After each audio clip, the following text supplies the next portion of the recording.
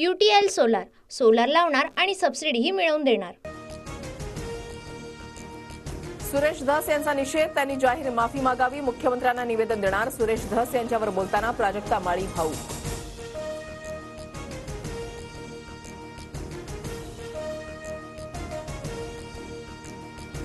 मी माफी मागणार नाही, त्यांनी माझा निषेध केला असेल तर निषेध म्हणून आजपासून हास्य जत्रा पाहणं बंद, सुरेश धस यांची प्रतिक्रिया।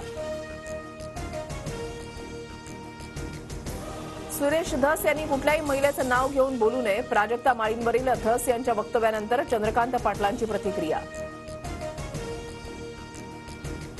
कलाकाराचं नाव कोणासोबत जोडू नका, बदनामी करू नका, गौतमी पाटीलकडून प्राजक्ता माळीच्या भूमिकेचं समर्थन।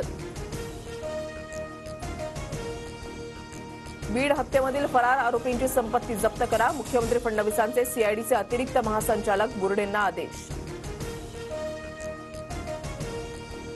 बंदूक सोबत ज्यांचे फोटो आहेत त्या सर्वांचे परवाने रद्द करा, मुख्यमंत्री फडणवीसांचे बीड पोलीस अधीक्षकांना आदेश।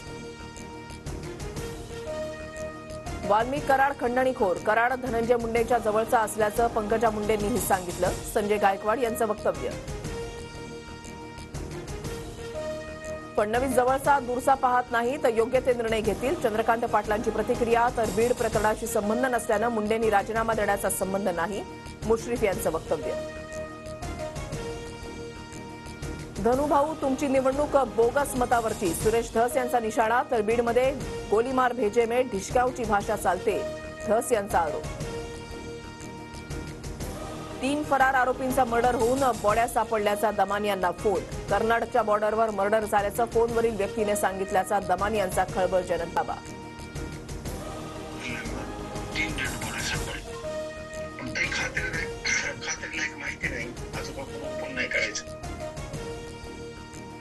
आमच्याकडे मर्डर झाल्याची अधिकृत माहिती नाही, दमानियांच्या दाव्यावर बीडचे पोलीस अधीक्षक नवनीत कावत यांची प्रतिक्रिया।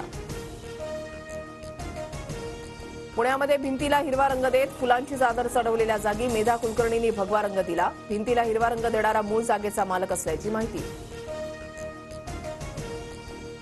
2025 मावळताना मोदी पदावर नसतील, मोदी शहांच्या कुंडलीमधला राजयोग संपेल, सामनाच्या रोखठोकमधून दावा। अलिबागमधील प्रमुख मार्गांवर आज अवजड वाहनांना बंदी, पर्यटकांची वाढती संख्या पाहता वाहतूक कोंडी टाळण्यासाठी निर्णय। लडाखमध्ये चीनच्या सीमेजवळ शिवरायांच्या पुतळ्याची उभारणी, भारतीय लष्करानं 14,300 फूट उंचीवर पुतळा उभारला। मुंबईतील हवेचा स्तर आणखी खालावला, सरासरी हवा गुणवत्ता निर्देशांक 151, बोरिवलीपुरममध्ये 151 तर मालाड पश्चिम माझगावमध्ये हवा गुणवत्ता निर्देशांक 200 पार।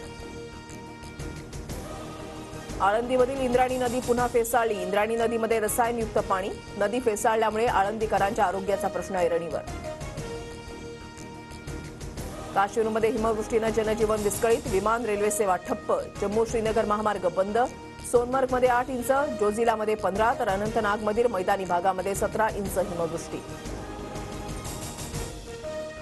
राज्यातील काही भागामध्ये अवकाळी पावसामुळे जळगाव, नंदुरबार, नागपूरमध्ये पिकांचं नुकसान, कैरी उत्पादनामध्ये मोठी घट होण्याची शक्यता। UTL सोलार सोलार लावणार आणि सबसिडीही मिळवून देणार।